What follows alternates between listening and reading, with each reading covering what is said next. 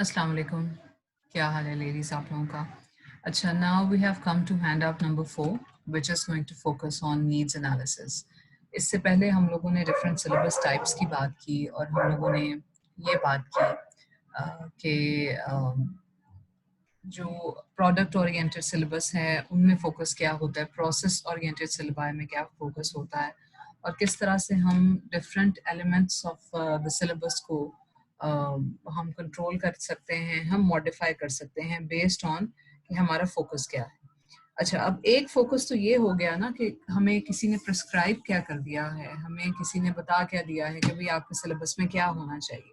लेकिन दूसरा तरीका जो हमारे पास और जो होना भी चाहिए वो है नीड्स एनालिसिस। नीड्स एनालिसिस क्या होता है कि हम हमारे जो ऑडियंस हैं और हमारे जो स्टूडेंट्स हैं उनकी नीड्स का हम पहले एनालिसिस करें कि exactly what are their needs and किस लेवल पे वो लोग हैं और उनको किस किस्म का सिलेबस एग्जैक्टली चाहिए और फिर उसके हिसाब से सिलेबस में।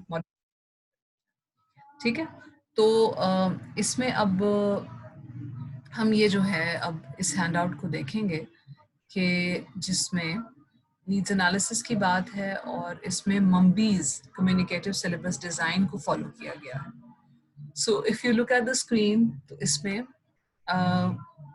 ESP टर्म जो है वो English for specific purposes.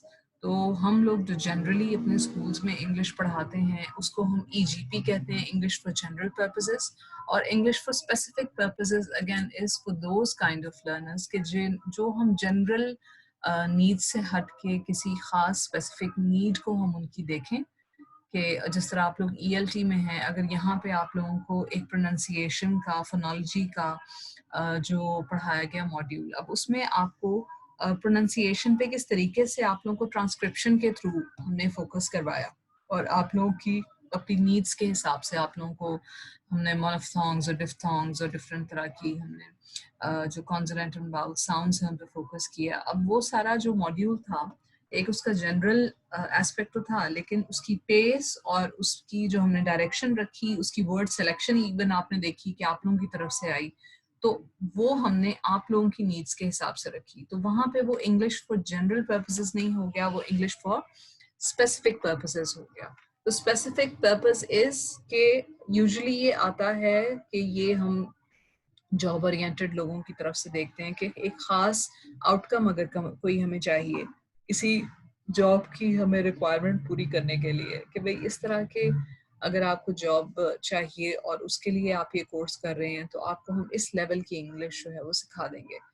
ESP ज़्यादातर उन कॉन्टेक्स्ट में भी इस्तेमाल होता है कि जब आप किसी सेकेंड लैंग्वेज को इस पर्पस से भी सीखें कि आपको किसी दूसरी कंट्री में जाके सेकेंड लैंग्वेज के इस्तेमाल पर आपको जॉब मिल जाए। For instance if you get a job as a receptionist, ठीक है, और आपने किसी दूसरी कंट्री में जाना है, तो इंग्लिश फॉर स्पेसिफिक पर्पस का कोर्स जो है वो आपको उतनी लैंग्वेज सिखा देगा कि जो एज अ रिसेप्शनिस्ट आपको इस्तेमाल करना ज़रूरी होगी। इसके अलावा जनरल आपको टेंसेस या जनरल इस्तेमाल जो है उस पर फोकस नहीं करेंगे। तो एक बहुत छोटा सा कंसाइज्ड फोकस्ड किस्म का कोर्स डेवलप कर दिया जाता है कि जो आपको उतनी लैंग्वेज सिखा देता है, स्पेसिफिक लैंग्वेज के जो आपको आपके जॉब रिक्वायरमेंट में या आपको आपकी जो है फ्यूचर एप्लीकेशन के हिसाब से आपको वो चाहिए हो। इसलिए यहाँ पे इन्होंने बात की है कि finding out about and analysing the needs of students is vital in ESP teaching. तो यहाँ पे ESP हम इसलिए ले आए हैं कि अब आपको भी हम जो चीज़ें टीच कर रहे हैं, अगर हम इंग्लिश की चीज़ें टीच करते हैं तो हम क्यों आपको एक स्पेसिफिक पर्पस जहन में रखा है कि आप फ्यूचर की ELT टीचर्स हैं। ठीक है, तो इसलिए ये वाला हैंड आउट हमने सिलेक्ट किया। In fact, one of the main contributions of ESP to the wider world of has been the development of thorough needs analysis. अब needs analysis क्यों ज़रूरी है कि एक ग्रुप ऑफ लर्नर्स आपके पास आ रहा है कि जी हमने 5 हफ्ते में ये चीज़ सीखनी है। अब उन 5 हफ्तों में हमको वो चीज़ सिखानी ज़रूरी है, उसके हिसाब से उनकी नीड्स के हिसाब से आपके पास एक स्पेसिफिक आपके पास सिलेबस हो, आपके पास स्पेसिफिक कंटेंट हो, आपके पास स्पेसिफिक एक्टिविटीज़ हो कि उनके 5 हफ्ते जो हैं वो ज़ाया ना जाएं। ठीक है, तो ये नीड्स एनालिसिस में हम जिस चीज़ का ज़्यादा इस्तेमाल करते हैं वो John Munby's communicative syllabus design is probably the most thorough and widely known work in needs analysis. In his work, Mumby introduced a very well-detailed set of procedures for discovering target situation needs. Target situation needs क्या होंगी? Target situation, जैसे मैंने receptionist की example दी, कि as a receptionist आपको अपनी job की situation के जो कि टारगेट सिचुएशन है, जिसको हमने टारगेट बना के आपकी ट्रेनिंग करनी है, वहां पे आपने किस तरह की लैंग्वेज और किस तरह की फ्रेजेस इस्तेमाल करनी है।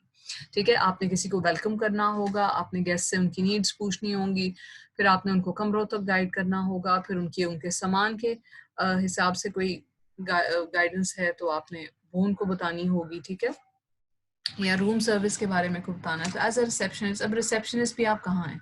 आप होटल रिसेप्शनिस्ट हैं, आप किसी डेंटिस्ट या डॉक्टर की जो है क्लिनिक पे रिसेप्शनिस्ट है, तो हर एक की फिर आपकी टारगेट सिचुएशन जो है वो बदल जाएगी और फिर उसके हिसाब से आपकी नीड्स भी बदल जाएंगी। तो you always have to keep in mind कि what are the target situation, what is the target situation and what kind of needs will the learner have in the target situation, and you modify the syllabus according to those kinds of needs. Okay, अब यहाँ पे उन्होंने कहा है कि जी मम्बी ने इनको क्या नाम दिया है, कम्युनिकेशन नीड्स प्रोसेसर।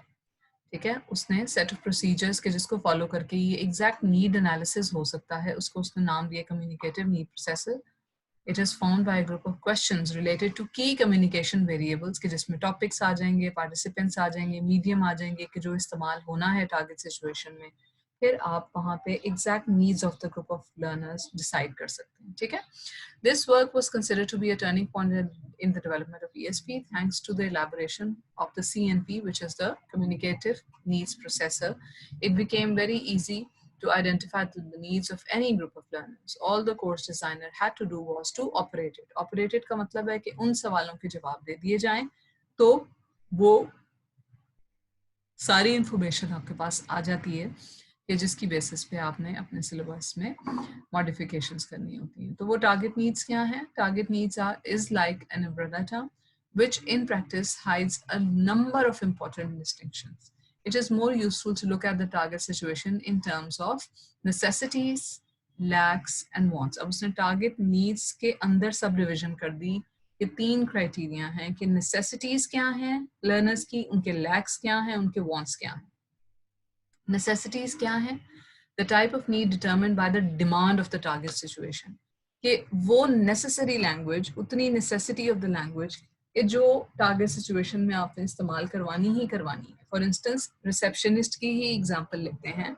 अगर एक रिसेप्शनिस्ट है और उसको किसी को इंग्लिश में ग्रीट करना ही नहीं आता, या हाउ डू यू डू कहना ही नहीं आता, या हाउ आर यू, या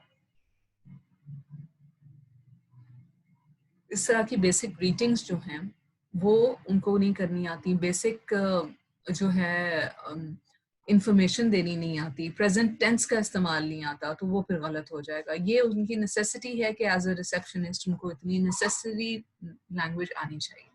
The following example of this procedure is adapted from Mumby 1978 and shows the necessities for a learner who works as a head waiter in a hotel. Head waiter in a hotel, those waiters कि जो आपकी table पे wait नहीं करते, कि जो आपको initially greet करते हैं, आपको टेबल तक लेके जाते हैं। ठीक है, तो अटेंड उनके काम क्या है, उनकी सैम्पल कम्युनिकेशन एक्टिविटीज क्या होंगी? Attending to the customers arrival, attending to the customers order, उनका ऑर्डर ले लेंगे, and serving the order.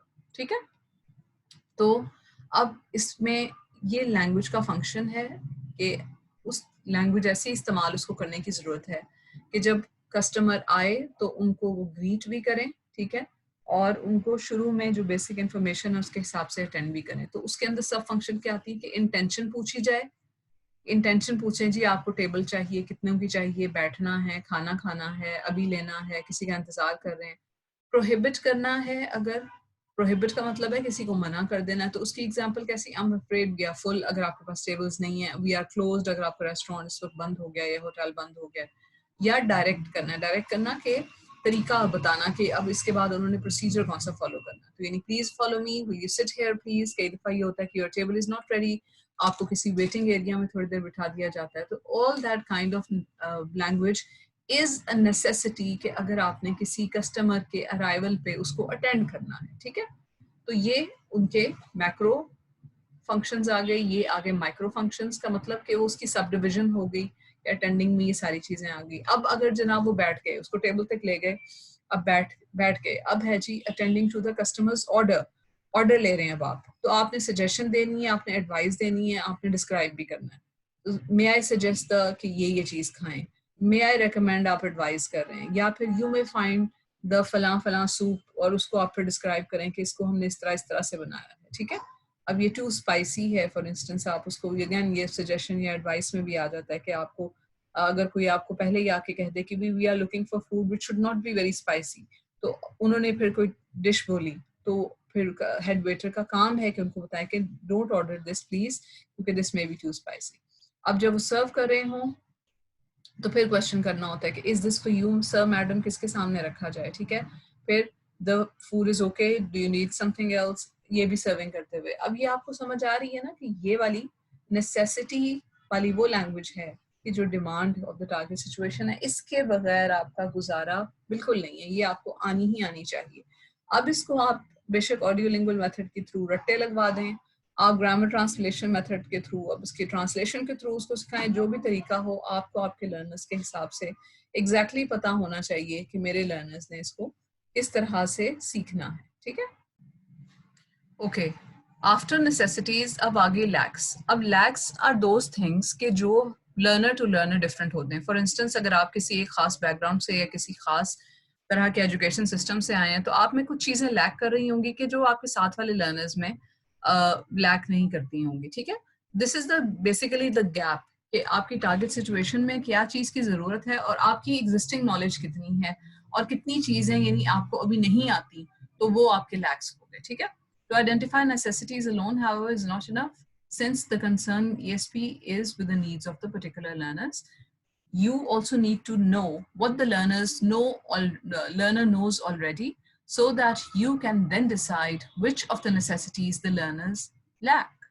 The target proficiency, in other words, needs to be matched against the existing proficiency. Target proficiency के जो चीजें आनी चाहिए target situation में, आपने उसका हिसाब लगाना है, उसको मैच करना है अगेंस्ट द एग्जिस्टिंग प्रोफिशिएंसी, उस लेवल पे कि जिस पे लर्नर अभी है। फिर आपने देखना है अच्छा अभी ये है लर्नर का लेवल और ये इतना ऊंचा लेवल हमें चाहिए, अब इन यहाँ पे क्या क्या चीजें एग्जैक्टली कम हैं, वो चीजें लैक करती हैं। अब 5 हफ्ते अगर मेरे पास हैं तो मैं इन चीजों पे ज्यादा फोकस करूं और ऑलरेडी जो चीजें उसको आती हैं लर्नर को, उन चीजों को मैं दोबारा से ना पढ़ाऊं।